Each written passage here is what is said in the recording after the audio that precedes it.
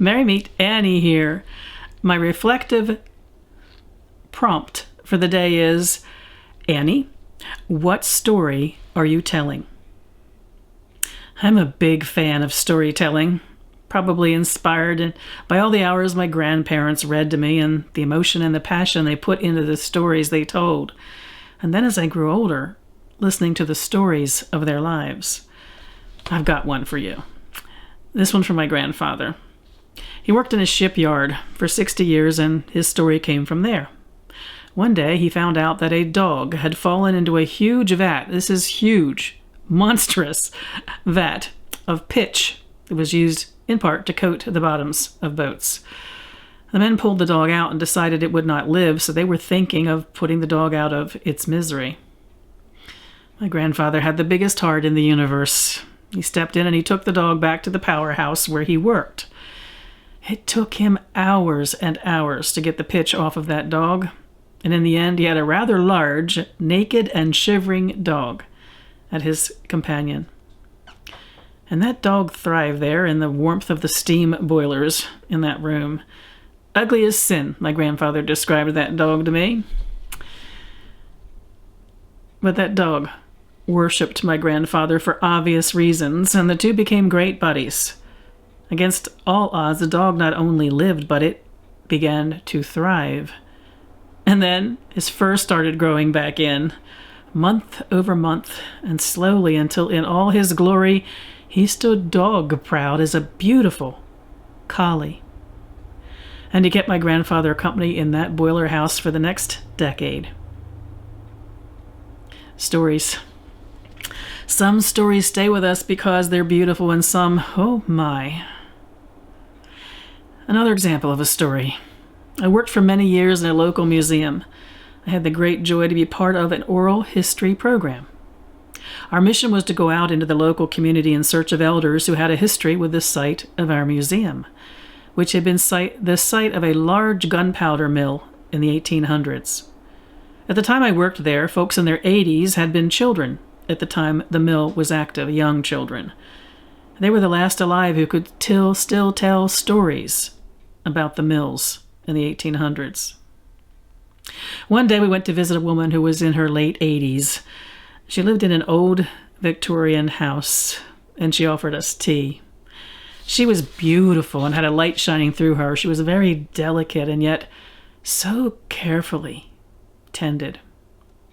We asked her what she remembered the most about her childhood at the mills, expecting we would hear stories similar to the childhood memories other interviewees had shared with us. This sweet old lady, daintily holding her cup of tea, told us that her greatest memory was that whenever there was an explosion in the mill, the children would be called in to help find all of the body parts of the men who had been killed. And her most proud moment was when she found all the parts of her own father and then, as she reported, put them all back together. Whoa, the stories you hear. They can be sweet, they can be shocking, they can capture the gamut of human experience, that is for sure. There are the stories we are told, like those two.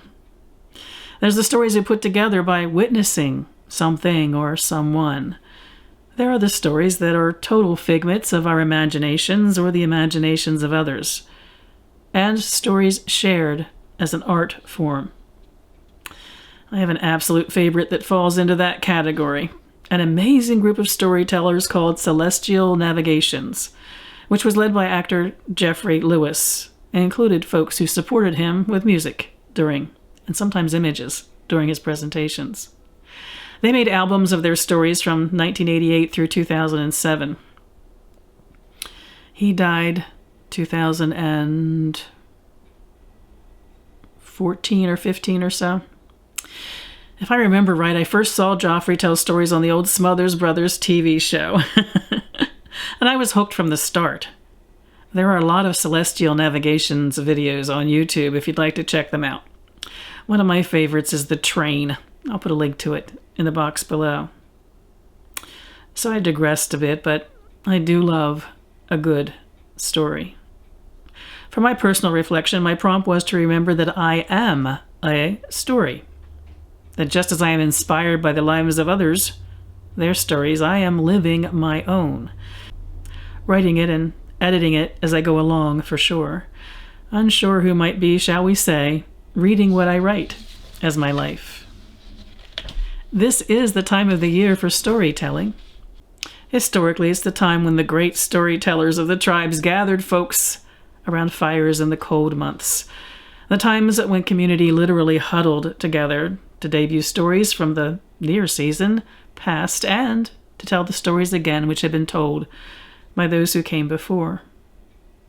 When we gather with our family or friends during the season's holiday celebrations, it's a good time to listen to the stories and to bear witness to the stories of the lives that surround us. And perhaps, as in my prompt, to consider the story we are writing. Added to my reflection this year is my gratitude to those of you who share your stories. What are our YouTube videos but the stories we tell each other? Even in those early days of the community Vlogmas, which I started this year, I'm amazed at the stories. The open-hearted and sometimes vulnerable sharing that I'm seeing. I want to say, as they say in the movie Avatar, I see you. The real you, no matter how simple or complex your video storytelling is. I see you. Somewhere in my files, I remembered I had something left over from my working days. From one of the many and sometimes terrible professional development conferences we were made to attend. Oh, goddess, they were so terrible. But then every now and then, along came a life-changing one. For instance, that's where I first saw the poet David Whyte, and if you know how much I quote him, you know that changed my life. In one of those seminars, the leader spoke about seeing each other, and that we do not exist unless someone sees us. I know that sounds, well, a bit convoluted, but he told a brief story, another story, of a certain tribe in Africa that the standard greeting is for one to greet the other by saying, I see you. Or at least that's how the greeting is translated. And the automatic reply to that from the person greeted is, I am here. I wanted to find more about that story, so I searched on the internet to see if I could find its source. I did find reference to it in several places, including on the website of a professional developer by the name of Lali Daskal, where she wrote the essence of the exchange was, really, in the end, when you see me, you bring me into existence. When you see me, you bring me into existence. Very Avatar, for sure. In fact, she also references that movie. And I found something even more beautiful about that exchange on a site called Exploring Your Mind. It referenced this greeting and response and compared it to the Hindu greeting of Namaste and appropriately referenced it to the Zulu tribes in Africa. Namaste, if we say it to each other, as I say to you, Namaste. It can seem simple on the surface, but it's so beautifully layered. On that site, they explained the wider meaning of this greeting and response as, all my attention is with you. I see you, and I allow myself to discover your needs, to see your fears, to identify your mistakes and accept them. I accept you for what you are, and you are a part of me. Imagine being part of a community that is the meaning of hello. And I was reminded on that site that the greeting is Sawu Bona, and the response is Shiboka.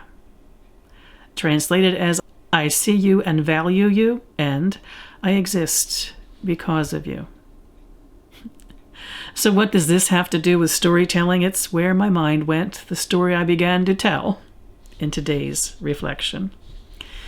I thought of all the folks on YouTube who share in videos and comments, and I thought about all the folks in the Season of the Seeker and the Season of the Dedicant programs, the way they share, the stories they tell, the stories we all tell, and how we have come to see each other for who we are. And I had a moment, an emotional moment, I admit, as I thought of all your amazing and inspiring stories. And then I thought of that response, Shiboka. I exist because of you. And today I wanted to offer my gratitude to you for watching and listening to my stories, for humoring my sometimes wandering words, for encouraging me to be real and present in my videos, for accepting me for who I am. You are, indeed, part of me. Keep on telling your stories, my friends. I honor that it isn't always easy, but know that your stories matter. Your presence matter. You matter. Shiboka, my friends. Shiboka. I wish you all mirth and reverence in the season of Samhain. Merry part.